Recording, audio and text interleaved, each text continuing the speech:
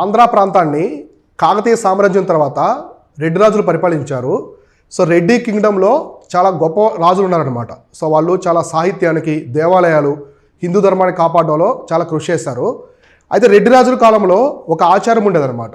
So ఆచారం, మూఢాచారం అనేది దాన్ని ఆచారం అనొచ్చు, మూఢాచారం అనొచ్చు. సో డిఫరెంట్గా పిలుస్తారు దాని చరిత్రలో. అది భక్తితో ఉన్నదనమాట. సో దాన్ని ఏమంటారంటే చంపుడు గుళ్ళు అంటారు. కొన్ని దేవాలయాలు ఉండేది, వాటిని చంపుడు గుళ్ళు అని చెప్పేసి పిలిచేవాళ్ళు అనమాట. చంపుడు గుళ్ళు అంటే ఏంటంటే దేవాలయానికి వెళ్ళి భక్తితో, ఆ దేవుడి మీద భక్తితో వాళ్ళు శరీర భాగాల్ని నరుక్కొని దేవుడికి అంకితం ఇచ్చేవాళ్ళు అనమాట. అంటే దేవుడి కోసం చెవుని కోయడము, ముక్కు కోసుకోవడము, ఒక చేతిని నరుక్కోవడము, ఇలా దేవుడి కోసం ఇచ్చేవాళ్ళు అనమాట. వాటిని ఏమంటారంటే ఆ దేవాలయాన్ని చంపుడు గుళ్ళు అని చెప్పేసి పిలిచేవాళ్ళు. ఈ రెడ్డి రాజ్యంలో చాలా ప్రాంతాల్లో ఉన్నాయి ఈ చంపుడు గుళ్ళు.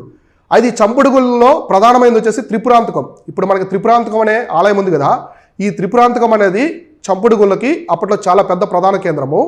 ఎందుకంటే అప్పట్లో శివుణ్ణి పూజించేవాళ్ళు. రెడ్డి రాజులు శైవులు అనమాట, శివుణ్ణి పూజించేవాళ్ళు. ఆ కాలంలో కపాలికులు, కాలాముకులు, పశుపతులు అని చెప్పేసి వీళ్ళు శైవ వర్గాలు అనమాట. శైవ మతంలో ఉన్నటువంటి వర్గాలు. శైవ మతంలో మైలార దేవుడు అని చెప్పేసి పిలిచేవాళ్ళు శివుణ్ణి. ఇలా అంటే చాలా గంభీరమైనటువంటి ఆకారం అన్నమాట శివుడికి. సో వాళ్ళ కోసం వీళ్ళు జంతు బలులు ఇవన్నీ ఎక్కువగా ఇచ్చేవాళ్ళు. దానిలో భాగంగా ఈ యొక్క చంపుడు గుళ్ళు అనేవి కూడా ఉండేవి. సో కాబట్టి చంపుడు గుళ్ళు అంటే మనుషులే వాళ్ళ యొక్క శరీర భాగాల్ని నరుక్కొని దేవుడికి ఇచ్చేవాళ్ళు అనమాట. దాన్నే ఆ దేవాలయాన్ని చంపుడు గుళ్ళని పిలిచేవాళ్ళు. ఇవి మనకి ఆంధ్ర చరిత్రలో రెడ్డి రాజ్యంలో కనిపిస్తాయి.